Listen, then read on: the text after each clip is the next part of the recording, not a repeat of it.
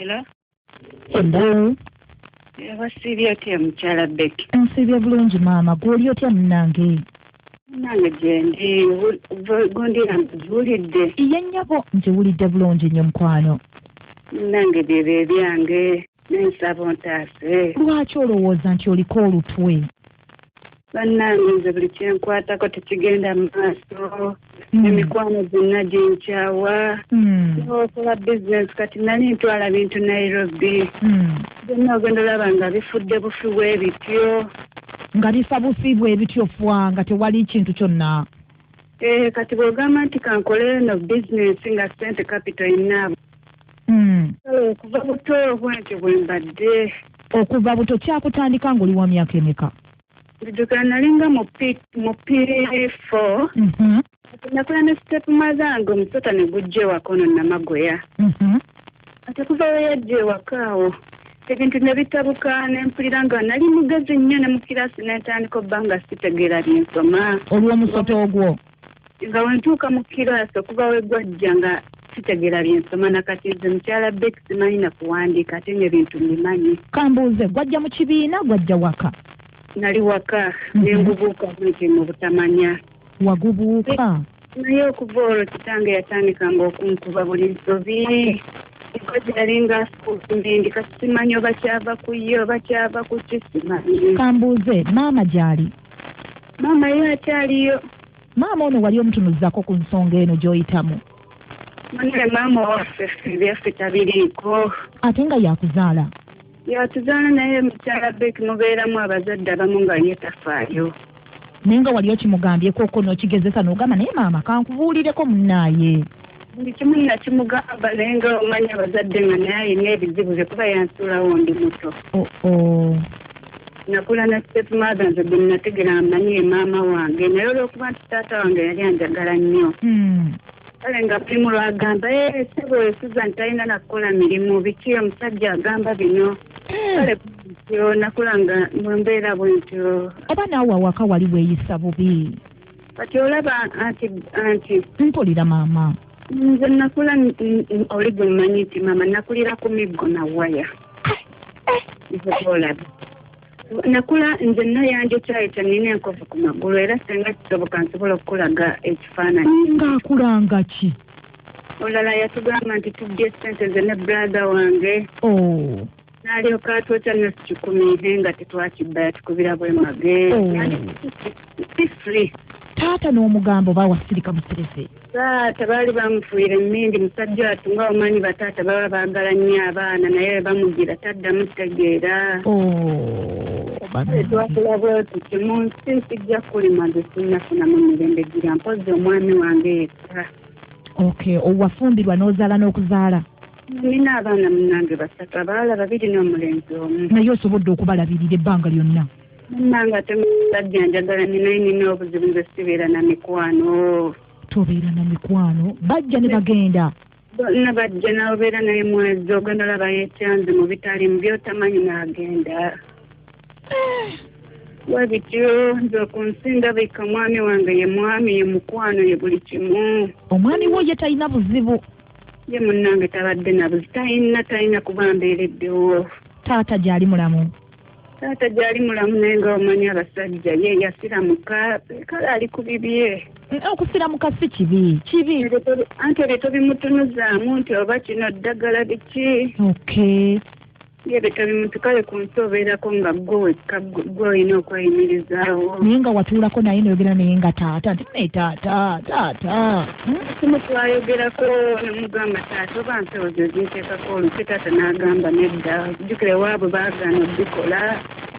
Ogenda yenna nga tebitegeerekeka n'atunyumiza nti omukyala yatukuza naye yakimanya oluvannyuma nti omukyala yalimu omusaayi gw'abalundirundi. Yamanya akuze naye nze anti kyenkwata kuba nakikigenda mu maaso. Omukyala oyo akyali mulamu? Akyali eyo eyo gayaza. Abeera eyo gayaza temunyumya? Nakoma okunyumya nga muwala wange wa myaka 2 omuto. Nakoma okunyumya naye. Kitegeeza temukyayogera wadde n'essimu ye togirina? N'essimu ye sisobola kulima nti njirina. Naye ekintu ku nsi ekinzikanze nina olutya nti ne ku ngalo kwonna ogezezzaako kinaki naye nagendako ne mu basawo ne bannimbalimba bano ne bakulya ssente oli naakulya ziri n'emikoowa munanga nti myaka nina 3 kiganyi oli mukulu nnyo saagala weekaddiye kati nze olwo owaana plus nkulinette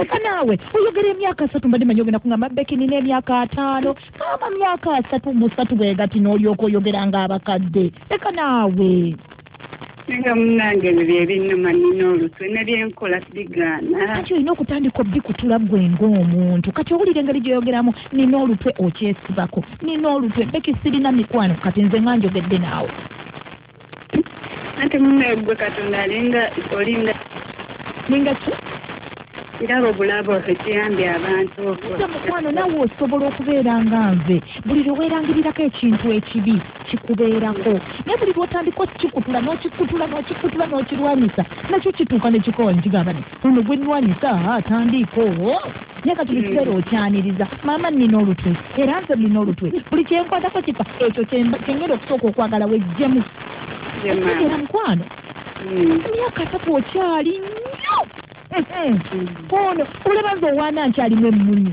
eka naawe sagala weekaddiye ebizokwekaddiyanizemu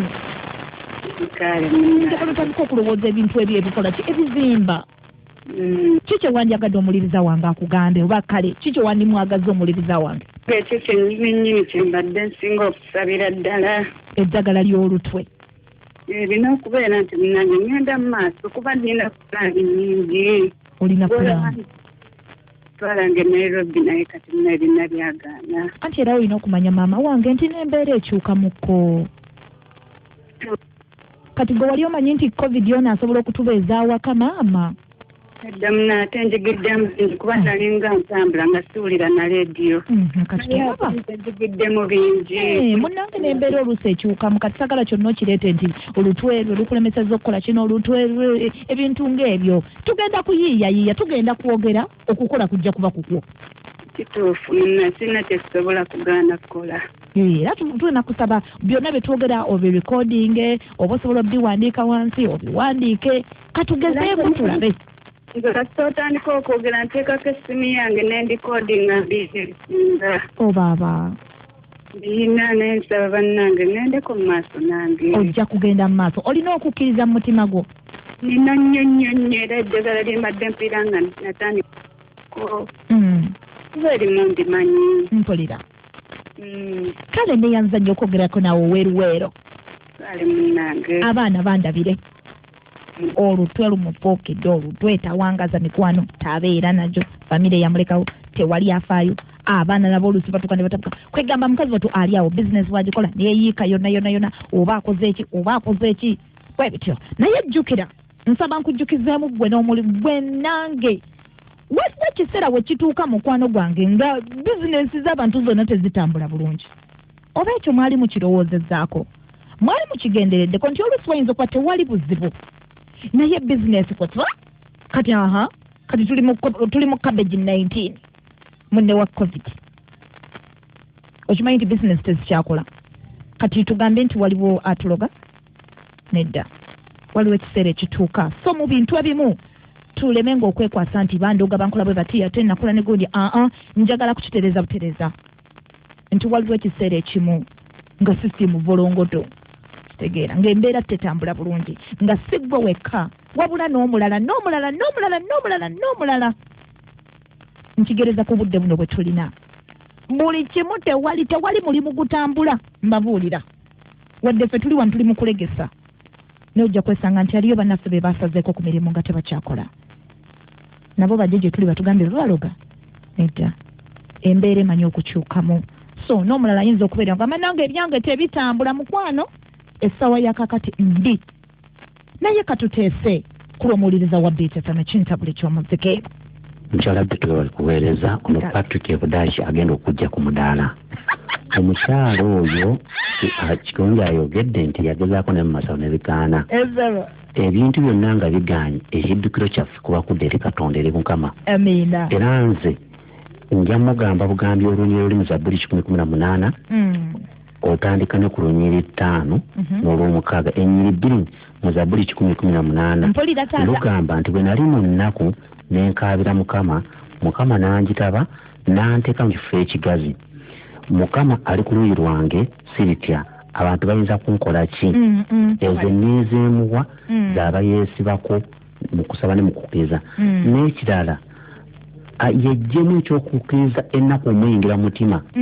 Bw'anakkiriza ennaku n'emuyingira mu mutima n'emutuuka mu mutima tajja kubaako kyakola. Naye banaamuwa eddagala ebifaananyi tya ne bw'anaabisaba ne bw'anaakola ki ajja sigala mu mbeera. Ekyamagezi ye kennyini kukkiriza nti asobola okuva mu mbeera eyo nti embeera esobola okukoma.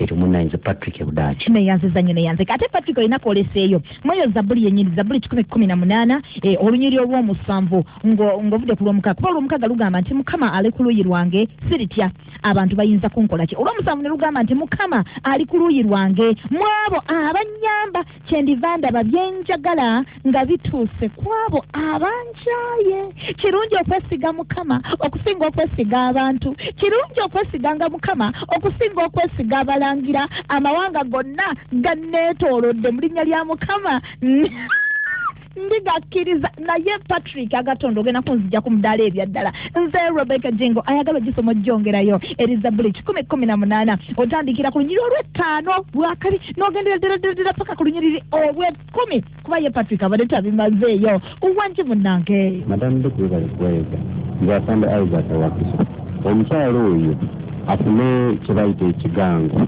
akigatteko akabindiizi agattemu olweza anabenga buli ku makya mulayirira ajja kutereera nga bwe yeesabira nakwantiri balengeera nga n'endirokuutatu gesande Isaac Wakiso neyanziza nnyo neyanzege ndowooza ebyabiwulidde. Olina Rebecca Jingo wangi munnange ono Mutebi Francis Namama Okota iye mukwano kamulagirire ku ddagala ery'olutwe. Iye ssebo eddagala ly'otwaddire luno olusenke ng'olusaaye oluddamu okumera olwo oba nga bookezzaawo oluyiira ne lumera olwo oluviri olulinga siponji olulinga ppamba. Iye taata aluse mu mazzi mu bbaafu akeere ennyo ku makya agende mu kinaabiro. mpulira anaaba agambe nti buli anjogerako buli kyonna kyekikoze n'agamba nze nammwe naazizza akafuumuuke nga olwanyo luno we lufuumuuka. Iye taata kati ekirala waba alina omulimu gwaga nti asiraana era ku makya okwo anabe kakayaayaana ku makya ennyo agambe njagala abantu bonna bayaayaanire nze omudaala ogwange bonna bannyanyaanyire. mpulira omudaala gwange kati n'ekirala addire engogo 2 n'emmwanyi 4 buli lugogo luseno mu kitanda wansi ateeke emmwanyi embisi ento buli lugogo emmwanyi 2 esebo ajja kuba bulungi olwo Mutebi Francis Namama Okota neyanziza nnyo munnange Mutebi Francis okwogera kuba kwaffe naye ate okukola kubeera kukwo gw'aba tutuusizzaako embeera eyo gy'oyitamu. Neyongera okusaba omukyalo omulungi Susan nti recording ebintu bino wandika ebintu bino mu biseera byo eby'eddembe ojja kuddamu obigoberere kimu ku kimu mpola mpola. Wangi nze maama Nakimuli ennyambo maama wange oyo w'embogo bwe mpulidde oba olutwe afuna akalagala ke bayita lutwe kalinganga lweza kali awoko kaliko obufumita bakayita lutwe afune enkwana mawanga ekintu ekyo bakikenera nnyo n'ente kiringa lweza naye kiwanvuwa kikola ebiddoddo nga bwaliwo obulenzi saidi eno abajja kubanga asobola okifuna ekidde ekyo ne kaluugula akatono kamuwuguleko olutwe kawugula n'ebyokoola kamuwugula ako enyawo mami Rebecca. Okay neyansiza nnyo maama wange maama Nakimuli bw'atuye bw'ateesezza. Olina Rebecca Jingo obulale kuweereza Jingo kunkubirako munnange Richard Emitiana. Yes Richard waliwo obwakabaka obwoluse bwa Tonda wabawo n'obwakabaka obwoluse bwa Kabaka Kintu ezo zintu 2 webale kugezaako taata wange neyanziza naye bwe katalijjirya mwana gwojja kulya ssente zino naye kale katugume. Hello ansa entuufu eri nti Abaganda ne Buganda mu Uganda. Omwana akyogedde Abaganda ne Uganda mu Buganda kugamba funza alinga agamba nti kati ekigambo Uganda kyava mu Buganda nange ebigambo bino bigenda kunkubya komyewo eri mama waffe mama Susan Nabanja oli ne Rebecca Jingo gwe mukwano gwange yakaneyungako omukyalo nalina obuzibu bw'olutwe olutwe luno ye kyeyekwasa kiri kimu tamanyi oba maama we kuba yakula ne stepmother omubiri gujjudde enkwagulo nnyina yamusuzanga ku mawaya ng'amukuba okufaako omufiira olwokuba kitaawe yali amwagala nnyo naye obuzibu bwatandika olunaku omusota lwe gwajja ewaabwe n'agubuuka kinamagoye mbu n'ebyokusoma ne bigaana ne bikoma awo n'ennyukuta ya la mbu tagimanyi ekyo n'ensirika naye munda mu nze ndaba nga nnindyemu mu P6 awo ebizibu ne byeyongera taata yasiramuka that's not an issue okay taata asigala taata maama tayagala kumanya tabirimu tamufaako ekyo nenkivaako bw'akola bizinensi tebitambula bibaawo olutwe tayagalwa bantu takuuma tabeera n'abantu tabeera na mikwano buli kimu kyonna kirimu olutwe kisoboka naye olutwe luno olwesibyeko otya nze manye emboozi yange enyinyumya buli kiseera gwayagala n'onsunga ate ayagala n'okola ki ayagala n'oyiga ayagala nsunga ate ayagala yiga ffe twakula ne senga waffe ng'awanda muliro senga waffe teyayagala ku mama waffe n'olunaku n'olu n'omukazi ne bwe yafeera n'omulambo yaguwalana yamulamirizanga ng'abaana be bwe batalibeerako kye balibeera naye nga yali senga waffe ate nga tumwagala nnyo ekibuuzo kiri nti ndi ludda wa okwekkiririzaamu kikulu buli lwokkiriza ekigambo ekyo ne kikuyingira mu mutima ne mu mwoyo bw'otyo bw'obeera obulamu bwo bwonna lina eddagala twongerezako lyongereze n'onaaba naye nga kiva ku ntobo ya mutima gwo kiringa okujjanjaba omulwadde ng'ayagala kufa ne bw'okola otya era afa kuba ye ayagala ki kufa kati maama tetugenda kumala budde bwaffe nga bye tugenda okugamba bigenda kuyita ku matu kubanga omutima gwo munafu era nkusaba ompeereze voice note etukakasa nti bye tugenda okwogera tebigenda kugwa ku matu manafu kubanga bannange tukoye okumalanga gwogera nga wano ne twogera ebintu byaffe wano naye nga bigwa ku matu ameereere ng'oli tabikkiririzaamu awo katukubewo ennyimba jingo tuseke tukube enduulu ekyo kiggwe tewali kintu kisinga kuluma nga tumaze obudde bwaffe abantu babagiirawo omubiri wano bannange siina kyembasasula mpita bayite ne bajja naye muntu gwe bwe tugamba and things fall on deaf ears kiruma olina okwekkiririzaamu n'ogamba nze Suzani nze Nabbanja saazaalibwa kubeera bwenti lina eddagala oyongerezako lyongereze tunaabalinaabe ne tuwongerezaako naye nga kiri kiva ku mutima nze jingo nalayira obutadda mabega nze sisemba nakyo ate teri lusozi lugenda kunnema kuwalampa oba ntya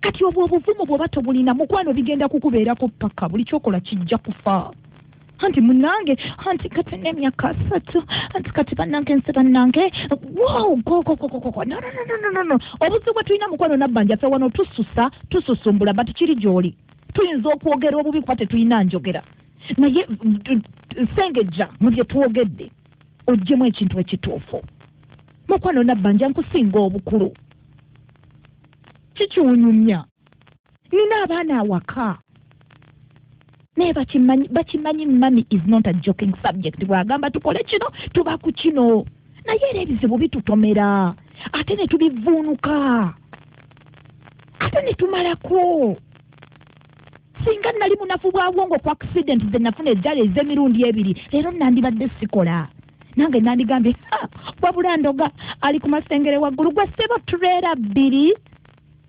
bwendi nkole lwa nsonga z'omutwe ogwange mugumu tompaalirako kati ebyo gw'obikkiririzaamu anawa kanneme kwogera nnyo okubatwalira budde maama Nakimuli olina kyoyongerezaako akalagala kankwana mawanga abeera akakayenga buyenzi byakuyenga byonna naye kukamuugula nkwana mawanga akwana amawanga kamuggyeko olutwe ali kaluugula kamuuguleko olutwe lwonna kamuguleko byonna kamugula n'ebyokola akantu kamuugula naye anaabira mu kigo kyewabweru anaabira mu kyomunda alayo akuba mpuliddaga nti apulangisa naye tomanya ayinza okuba alina ekyomunda naye alaalire mu kyebweru ennyabo. Okay, neyanziza nnyo mama wange Nakimule. Mukwano yongerezaako. Madamu Besi nzanyituddenyo ekyo kyogambye kubanga fena tuba twafulirako mu mbeera naye oli agenda nakolimira bwetwale kitakolimidde era kyekiba kati omwana alagise yatwala nnyo ebyo ebintu buli wabeera abeera abirowoozaako ye ndiba kaabyesonyiwa byakati ebimulondola kubanga we ennimi yabyetondako bisere bikigaana olwo linyirasere ebitonzi otegete neyansiza nnyo mukwano gwange gwetondako embeera lwaki ogyeetondako singa olibuulirizange mulungi lwakuba ngambye nti lockdown eno ekuyambye n'owuliriza radio sewa n'abateesa bange bonna mbagamba ekintu kimu tuli bawanguzi oba tutya oba tutya tuli bawanguzi oba otunda ki oba oyoza ngoye oba oli awusigalo oba oli awusiboyi oba oli musomesa oba oli tuli bawanguzi ate tumalako kolooza bonna bawulira kuno nti baatandika bafaanana batya nga baalina ennaku baali bakaba naye kati they are happy. Nina bawala bange abatimu Rebecca Jingo baakaabanga nnyo Hadija Babyface wandibadde oyogera but she's happy now. Lwaki kweyogererako birungi ffe tetulina kulaba nnaku tewali mbeera ya lubeere kwegamba bino byonna bye tuyita mu bujulizi bwaffe enkeera lina eddagala lye tunaaba maama wange twongerezaako bwongereza. Olina Rebecca Jingo wangi munnange my future webale kutuweereza webale kumpuliriza munnange my student mwoyo gwagwanga Sekabeera Nadinga ndi wano Nateete. Yes sebo. Naye nze no kansooka ate nkubirize ne ku bantu nti ate bwe tubanga tugaba eddagala n'abamu bateekeyo ebirowoozo bafeeyo bafuna kitabo bafune ekitabo bawandiike ng'eddagala eryo. Oli mutuufu. Kaakati eddagala ly'engendo omuwa ajja kuddira kabamba maliba addire n'akeeyeeyo kano abatera okuva mu bwenzike batera okunaaba abaana baleme okusoba. Ng'obalangidde. Akeeyeeyo ako esebo kati agende anfune yobayo kyekuyiira n'olusenko olwalugyeyo aluteeke mu mazzi mpulira kati afune empiso etunga engoye agiteeke mu mazzi mu kafa ayenge ebintu bisatu ayenge olusenke luli olw'omuluyiira n'akabamba maliba n'akeeyo akawenzi ke batera okukozesa abaana balimu okusoba. Mpulira taata. Kakati bw'ateekamu empisa eyo ajja ganaaba olunaku anaaba omulundi gumu naye tegaliko muzizo gwonna nti oba alina naaba ku makya oba lwaggulu yakumala ennaku 7. Mpulira. Naye ng'empisa eyo agijjamu n'agitereka bw'abaddamu okuyengera n'agizzaamu nga gamala okunaaba kugaayiwa. Enkeera n'addamu n'ayenga mapya. Mpulira. Empiso yakozeseemu paka okutuuka ennaku 7 lweziggwayo. Ajja kubeera bulungi mwoyo gwagwanga Sekabeera Nadindi wano Nateete. Neyansiza nnyo neyanzige gomanyi lwaki munnange abamu tebabiwandiika baba balowooza tuli mu bya bulimba baba balowooza tuli mu byakuba kuba kubasaagirako naye nga byebyo bitusanga wano ne tubibatuusaako abantu bange ne bayiwawo omubiri naye abasinga ne babiwakanya. Naye kyonna kyekiri ffe tukola okwagala kwa Katonda okwogera kwaffe okukola kuba kwammwe yogerako nange. Hello Madam Rebecca Jingo webale kutuweereza anite masanafu kakati ku lwa muganda wange oyo afune olugobango afune ebikola bya muwanga bina afunire kyambuluzi afunire omwetango ayenge mu bbaafu anaabe naye w'abaana abatanaabira mu kiyigo anaabirako amabbali g'ekiyigo agambe neeyambululako ebisiraani byonna ebibadde binondola entwe essente okumpita mu ngalo byonna byogere ebibi ebimusumbuwa. Bw'amala ku nsonga y'obuntu buno obweru obumuli ku ngalo abusale abuteeke mu ngalo ze afune akambe agende emabbaliko okwo n'ewaka asima akanya agambe entwe zonna ezibadde zinondoola nziziise wano temunziriranga mwe namba ziise wano wamu n'abaana abakole ku ekyo kuba nabo agambye baliko obuntu obwo obweru webale kutuweereza webale lwanirira ggwanga mami. Neyanziza nnyo mukwano gwange Kalobeti Anita Emasanavu Olina Rebecca Jingo yogerako nange. Rebecca Jingo batuweereza omukyalo njagala nfunire embiri ze ez'okumutwe anfunire enjala ez'okumikono anfunire enjala ez'okubigere akwate akagoye adisibe mu katu atambule agende abisule mu masaŋŋanzira wakati eryekkuba eryawula amakubo 3 bw'aba abisulayo agambe nti olutwe bwonna buli kimu nkyeyambulidde wano anaalonda ebintu bino yaba agenda neki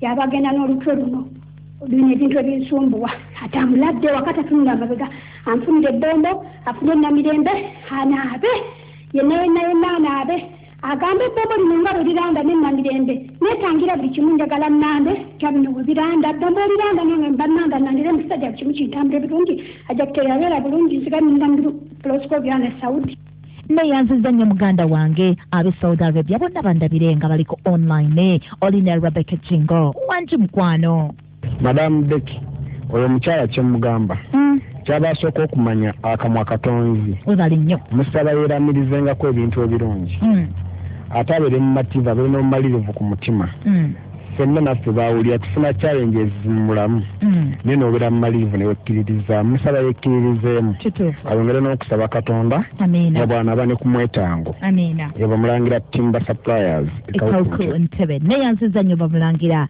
mwannyinaze magulu mukwano gwo tugambayo ki Eki webale kutuweereza nkaale naye mwannyinaze muwulidde n'ekizibu mwannyinaze kyalina nti teyekkiririzaamu ebirungi yekkiririzaamu ebibi ndiko Olutwe Yandoga Kirabika Nabuuka Omusota abakazi mwenna bentera okuwulira ku leediyo mulekerawo omuze ogw'okugamba nti muka Kitange alayika yankola kino muka Kitange tebalina bikyamu bye baba bakola ffenna tukuze n'abaka kitaffe naye tubeemu n'omutima okwekkiririzaamu nti kino nkisobola lwaki oli akikoze akati goboga nti buli mukwano ga kukyawa lwaki bbaawo takukyawanga kubanga wekkiririzaamu nti ono ye bba wange ne kadoga nyo najja kunkyawa luno omukwano gwange eyo ne Kenya gyogenda n'osuubula n'okomawo oba n'otwala byotutte lwaki ogenda n'obikola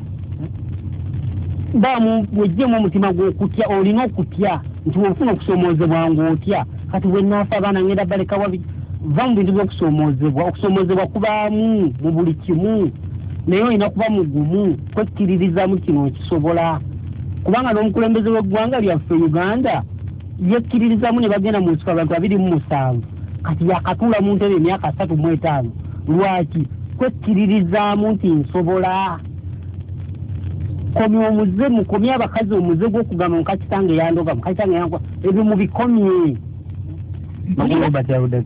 neyanziza nnyo muganda wange okwekkiririzaamu muyigwe okukutula ebintu n'okikutula mu mutima gwo nakyo kituuka ekisaa nkigamba ye bannange ono gwenjiganya atandiko lwaki simuvaako ng'okikutula buli kiseera bannange viivi kintu kikulu nnyo n'okutula buli lwogenda ku viivi nekutulako kino nekutulako kino nekutulako kino nekutulako kino okitegera mwana wa maama nze Rebecca Jingo kankonawo